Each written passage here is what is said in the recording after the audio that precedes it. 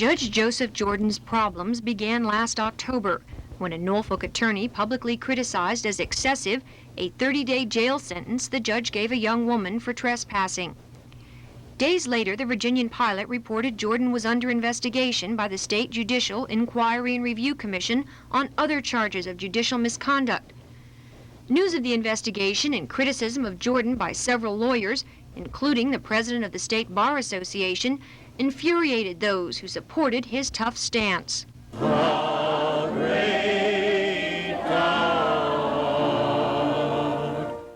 In December, 1,100 friends from Jordan's days as a civil rights activist and vice mayor of Norfolk gathered to rally behind their Joe.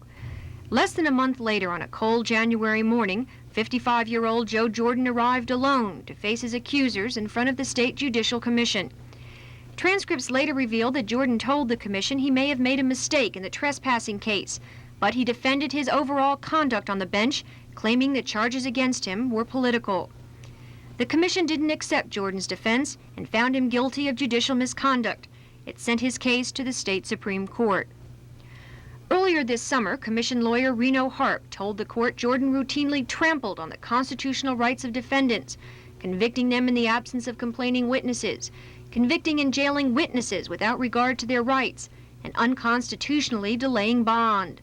Jordan denied the charges and afterwards reiterated his defense. Well, I have always said that I'm not perfect. None of us are.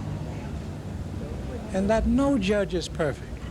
And that's why we have a very elaborate appeal system. And I wouldn't dare suggest that out of 30,000 plus cases, I couldn't make a mistake. If candor should exist anywhere, it ought to exist in the judiciary. And I simply tried to be candid by saying, sure, I could have made a mistake. I assume I made a mistake, but deliberate? And that's why these hearings were provided, for deliberate efforts to violate the rights of people. Tomorrow, the state Supreme Court can either censure or remove Judge Jordan from the bench, or it can clear him of the charges altogether. Although Jordan is the 5th judge to come before the state Supreme Court, he is the first black.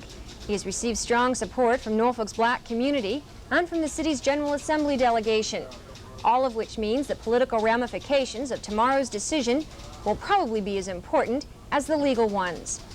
Joan Gartland, Area 10 Eyewitness News.